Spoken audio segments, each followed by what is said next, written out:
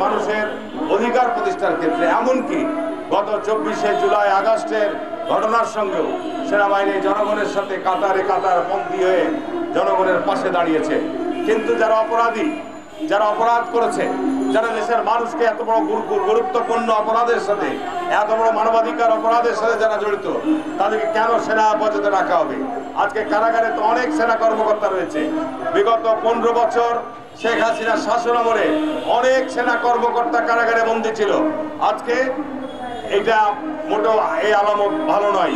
বিশেষ করে শেখ হাসিনার সামরিক সচিব জেনারেল কাদের সাহেব, যিনি এই অপরাধের সাথে সম্পৃক্ত অভিযুক্ত হয়েছেন, অভিযোগ আনা হয়েছে, আজকে তিনি কর্মরত থাকা অবস্থায় কিভাবে, কি প্রক্রিয়ায় আজকে তিনি বাংলাদেশ থেকে পেরিয়ে ভারতে গিয়ে আশ্রয় গ্রহণ করেছে, এটি অত্যন্ত উদ্বেগের। কারণ আমরা দেখেছি যখনই এই ট্রাইব্যুনাল থেকে যে নাম ঘোষণা করা হয়েছে, তখন আপনার সেনাবাহিনীর জায়গা থেকে এবং সরকারের জায়গা থেকে বিমানবন্দর, সীমান্ত সমস্ত জায়গায় আজকে ঘোষণা করা হয়েছিল যেন এই সমস্ত ব্যক্তিরা কোনোভাবেই বাংলাদেশ থেকে পার হয়ে অন্য কোথাও চলে যেতে না পারে। তাহলে আজকে বাংলাদেশের নিরাপত্তা নিয়েও কিন্তু প্রশ্ন দেখা দিয়েছে। সেনাবাহিনীর একজন ঊর্ধ্বতন কর্মকর্তা আজকে এইভাবে বাংলাদেশের সীমান্ত পার হয়ে আমাদের প্রতিবেশী রাষ্ট্র, যারা বর্তমান বাংলাদেশের দুশ্মনদের আশ্রয় দিচ্ছে, যারা বাংলাদেশের যারা জনগণের শত্রু, তাদেরকে আশ্রয় দিচ্ছে, সেখানে গিয়ে তারা আশ্রয় গ্রহণ করেছে। আমি এই জন্য মনে করি আজকে বাংলাদেশের এই সেনাবাহিনী নিঃসন্দেহে আমাদের অত্যন্ত গর্বের প্রতীক। সেনাবাহিনীকে আমরা আহ্বান জানাবো, অবশ্যই যারা অপরাধ করেছে তাদেরকে আমাদের এই সেনা আইনে নয়, তাদেরকে যুদ্ধ মানবতা বিরোধী আইনের আওতায় এনে বিচার করতে হবে। তাদের সেনা অপরাধে বিচার হবে না, কারণ তারা অপরাধ করেছে মানববিরোধী অপরাধ। সেনা আইনের মধ্যে যদি বিচারের কাঠামো রয়েছে, সাংবিধানিক যে অধিকার রয়েছে, সেটি সেনা আইনের কোন অপরাধ থাকে সেখানে তারা বিচার হবে। সুতরাং আমি মনে করি আজকে সরকারের মধ্যে যে উদ্বেগ তৈরি হয়েছে, নির্বাচন নিয়ে কোনো টালবাহানা চলবে না। আজকে আগামীকালকেই আপনার অন্তর্বর্তীকালীন সরকারের প্রধান উপদেষ্টা আপনার ঐক্যমত কমিশনের যে সিদ্ধান্ত উনি ঘোষণা করার কথা, কিন্তু তার পূর্বে আমরা দেখছি উনি গতকালকে আকস্মিকভাবে আবার মিটিংয়ে মিলিত হয়েছিলেন, সেখানে অনেক ডালপালা গজাচ্ছে। আমরা স্পষ্টভাবে বলতে চাই, নির্বাচন নিয়ে কোনো ধরনের টালবাড়া হবে না। নির্বাচনের সঙ্গে জুলাই ঘোষণার কোনো সম্পর্ক নাই। জুলাই ঘোষণা হচ্ছে বাংলাদেশের বিগত সময়ের আন্দোলন সংগ্রামের মধ্য দিয়ে একটি রাজনৈতিক দলিল। এখানে বিশ্বাস অবিশ্বাসের প্রশ্ন নাই। দীর্ঘ 3 মাস যাবত আলোচনা হয়েছে। অতীতে বাংলাদেশের 50 বছরে এই ধরনের বাংলাদেশের জাতীয় সংকট নিয়ে, সাংবিধানিক সংকট নিয়ে কোনো রাজনৈতিক আলোচনা হয়নি। যারা 3 দফা রূপরেখা বলেন, এইরকম কোনো জাতীয় আলোচনার মধ্য দিয়ে 3 জোটের রূপরেখা নামে কোনো ধরনের স্বাক্ষরিত কপি আছে বলে আমার জানা নাই। আজকে এর সাথে তুলনা করা হয়, আজকে এই গত কয়েক মাস যাবত আজকে ঐক্যমত কমিশন, আজকে বিভিন্ন কমিশনের যে আলোচনাগুলো হচ্ছে, বলা হয় যে বিশ্বাস অবিশ্বাসের প্রশ্ন। যদি বিশ্বাস অবিশ্বাসের প্রশ্ন থাকে তাহলে আলোচনা কেন করলেন? উপদেষ্টা পরিষদের প্রধান উপদেষ্টাকে দায়িত্ব নিতে হবে। আজকে লাগামহীনভাবে কথা বলছেন, বিশেষ করে জামাত।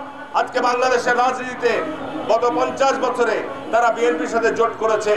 জোট করে কয়টা সিট পেয়েছে? যখন বিএনপির সাথে জোট থেকে ছাড়া পেয়েছে, 3টার বেশি সিট পায়নি। আজকে তারা আস্ফলন করছে, নির্বাচনে আসেন না।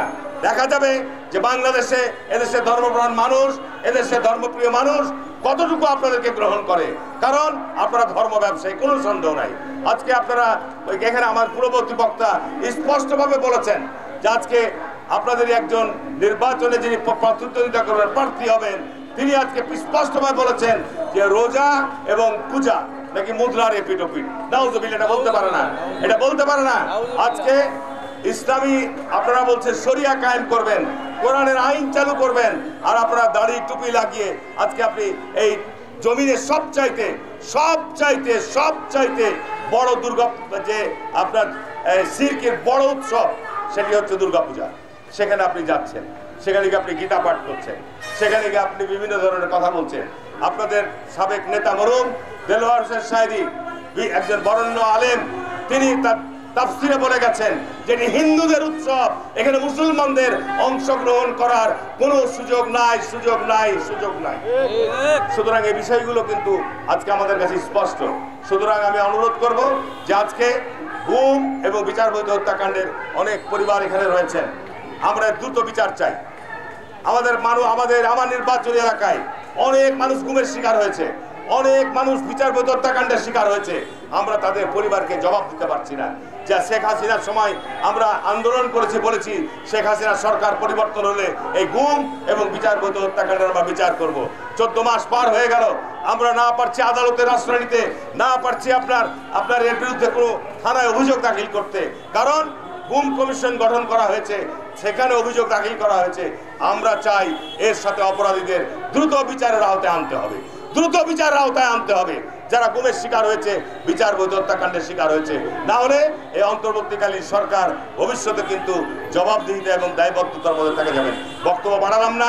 এখানে আজকে মাননীয় প্রধান অতিথি রয়েছেন, আজকে আমাদের জয়নাল আব্দুল ফারুক ভাই, উনিও বিগত সরকারের সময় যে চরম জুলুম এবং নিপীড়ন নির্যাতনের শিকার হয়েছে, এটি আজকে আমরা ফেসবুকে দেখি, আজকে আমরা ইউটিউবে দেখি কি নির্মম। তিনি তখন জাতীয় সংসদের সদস্য, বিরোধী দলের চিফ হুইপ, তার প্রতি যে জুলুম নিপীড়ন হয়েছে, ওই সময়ের যারা পুলিশের কর্মকর্তা ছিল তারা আজকে কোথায়? তাদেরকে বিচারের আওতায় আনতে হবে। সুতরাং বিগত সরকারের আমলে বাংলাদেশে যে কর্তৃত্ববাদী শাসকরা তাদের ক্ষমতাকে স্থায়ী করার জন্য গুম, বিচার বহির্ভূত হত্যাকাণ্ড এবং যে জুলুম নিপীড়ন করেছে, এদের অবশ্যই দ্রুততম সময়ের মধ্যে বিচার আওতায় আনতে হবে। নির্বাচন নিয়ে কোনো টালবাহানা চলবে না। ফেব্রুয়ারির মধ্যে নির্বাচন হতে হবে। এ নিয়ে কোনো ধরনের এর সাথে অন্য কিছুকে মেলানো যাবে না। এ বলে আজকে আমি আর বক্তব্য শেষ করলাম।